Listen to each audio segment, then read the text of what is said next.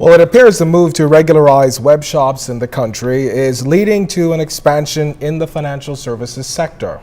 Now, the Minister of Financial Services, Pinder, recently commented on the growth they're now seeing as a result of the demand for a special service that these newly regulated institutions will be mandated to have.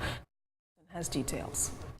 A recent meeting with the Attorney General and the Financial Action Task Force overseas did not produce a negative response to the regulation of web shops, as some speculated.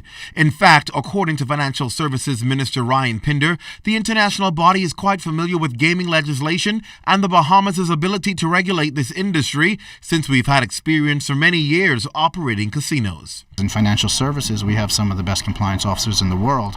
This is actually going to create new opportunities in compliance for a lot of Bahamian professionals, and that the framework, you just have to extend it beyond your financial services industry that we're so good at into another industry. So I have the full confidence, one, in our ability to legislate it, and secondly, our ability to have our people, Bahamian professionals, undertake the compliance obligations and responsibilities that will be compliant with all international best practices. And with the local financial services industry expanding, more jobs with additional opportunities in the compliance sector are being created. We've seen in the compliance arena a lot of the compliance professionals now going out and open up consultancies and the like.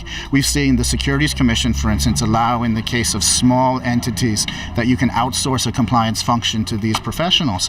And these professionals are all Bahamian entrepreneurs. And now this is just another component. So I think it is actually going to be a stimulus for economic development in areas that we do not even really envision on a day-to-day basis. And we certainly have the capacity and the ability to do it. The minister and the new executive team of the Bahamas Association of Compliance Officers have discussed educational opportunities for members who up until now only regulated traditional financial institutions. The first endeavor is going to be later this month in Freeport for their conference in Northern Bahamas, of which we will talk about the compliance obligations for gaming. I've already reached out to some of the international institutions that provide the curriculum and compliance to see if we can get a gaming-focused compliance educational course. The Bahamas Institute of Financial Services has agreed to participate and partner and host that course. So we think that there's a lot of opportunity for expanded business, expanded entrepreneurs, and Bahamian professionals who are at the top of their industry worldwide to now have new opportunities for growth. Web shops hoping to meet the requirements for regularization have already begun hiring compliance officers to ensure that they meet the required standards. Clint Watson, ZNS Network News.